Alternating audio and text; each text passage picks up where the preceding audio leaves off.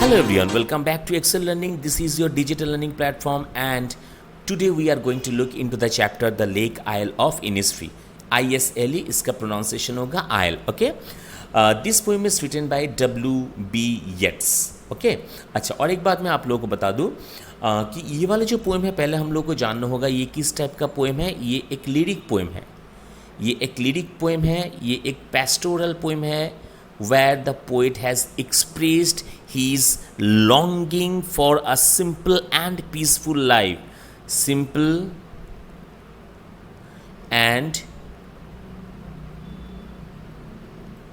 peaceful life in nature. ये यहाँ पे पोएट का लॉन्गिंग है, ठीक है. ये इम्पॉर्टेंट है आप लोग लिखना. The poets longing. Clear? The poet's longing. So in this poem or through this poem the poet actually expresses his extreme longing for a simple and peaceful life in the lap of nature, specifically on the island of Innisfree. Innisfree पे वो जाना चाहते हैं. Total 3 stanza है, बहुत ही easy है. मैं line by line word by word आप लोगों को समझा दूंगा. देखो, I will rise and go now and go to Innisfree, कि मैं अभी उठूंगा और मैं अभी चला जाऊंगा कहाँ, इनिसफ्री पे. यहाँ पे देखो गो जो शब्द है इस वर्ड का 2 बार प्रयोग किया गया है, एम्फसाइज किया गया है.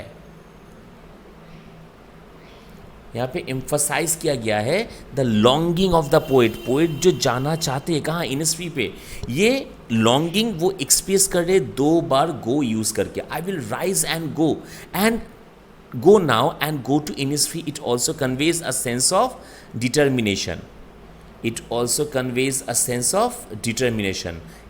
The poet is determined that he will rise right now and he will go to the on the isle. He will go to the lake of Innisfree. Okay, and I shall and a small cabin built there of clay and wattlesmen. And what will the poet do on reaching over there?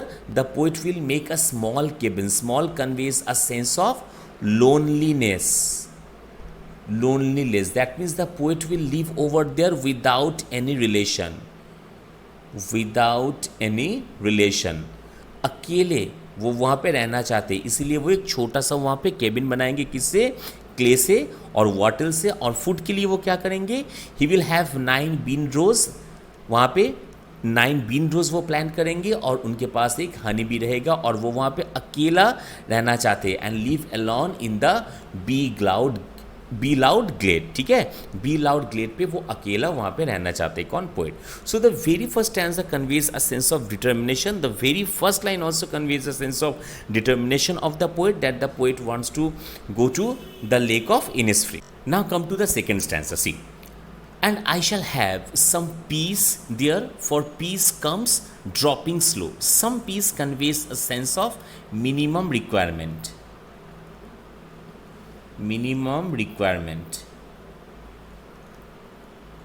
Okay, लिखते रहना. Okay, and I shall have some peace there, for peace comes dropping slow, dropping from the veils of the morning to where the cricket sings. तो वहाँ पे जाने के बाद मुझे थोड़ा शांति मिलेगा. I will have some peace over there.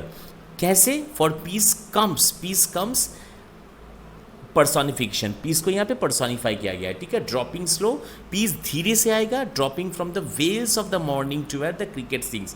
Cricket sings, cricket जो है वो कहाँ पे सिंग करता है, या फिर क्रिकेट का जो वजिंग साउंड है कहाँ पे होता है, लैंड पे होता है, ग्राउंड पे होता है. और मॉर्निंग के साथ जो फॉग है उसके साथ धीरे धीरे क्या आएगा, मेरे ऊपर शांति आएगा. ठीक है, there midnight's all a glimmer, and noon a purple glow, and evening full of linear swings. So here we are getting 3 conditions that the poet wants. First of all, the poet wants the night to be a glimmering one. That means starry night, full of stars. Okay, starry night. Okay, the noon will be purple glow because of sun rays. Okay, and evening will be full of linnet sound. Linnet is a kind of small bird. Okay, so the very second stanza is actually the second quatrain of the poem, actually provides the reader with the reasoning behind the poet's desire to travel to Innisfree. तो second stanza हम लोग को reason बता रहा है कि poet क्यों इनिस्ट्री पे जाना चाहता है, ठीक है। और इस पर्टिकुलर जो स्टैंजा है, इस स्टैंजा पे मेटाफोर भी यूज़ किया गया है, जहाँ पे पीस को मॉर्निंग ड्यू के साथ यहाँ पे कंपेयर किया गया है, ठीक है। और यहाँ पे 3 या फिर 3 कंडीशंस भी है। Okay, I hope clear. Now let's move to the last stanza. I will arise and go now, once again repetition, same line. For always night and day I hear the lake water lapping with slow sounds by the shore। यहाँ पे alliteration use किया गया है, ठीक है। यहाँ पे alliteration use किया गया है। Okay, so I will arise and go now, मैं उठूँगा और मैं अभी चला जाऊँगा। मैं क्यों जाऊँगा?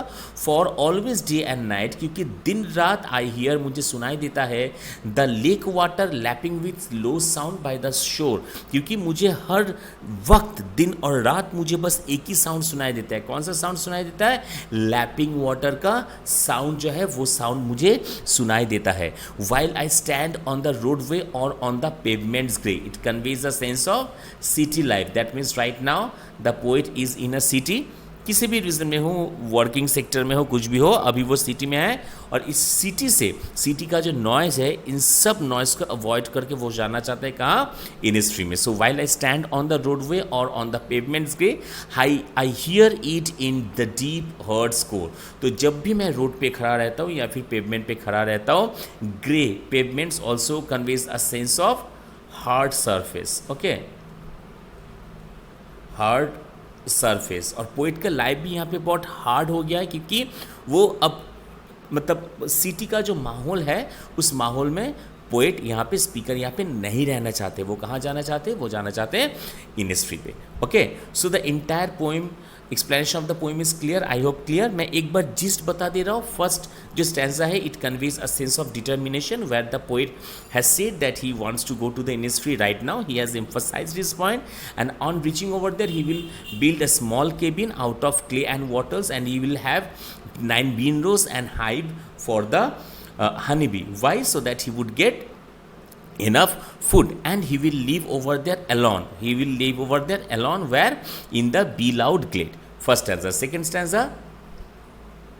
स्टैंजा में बताया जा रहा है कि on reaching over there he will have some peace. Why? Because the peace will come with the morning mist, and where I mean in the Innisfree, okay, his nights will be shimmering and or glimmering with stars, twinkling of stars. The noon will be purple glow, and the evening will be full of the linear swings. And in the third stanza, once again the poet has expressed his utmost longing to go to the Innisfree, that I will rise and now and go now. क्यों वो जाना चाहते हैं? For day and night he hears the sound of the lapping water. Whenever he stands on the roadway or on the pavements gray, he always, the sound of the lapping water continues to ring in the deep of his heart. Okay, so this is the entire explanation. अच्छा, अगर मैं इस poem का theme बताऊँ तो यहाँ पे theme क्या क्या होगा? फर्स्ट ऑफ ऑल यहाँ पे थीम होगा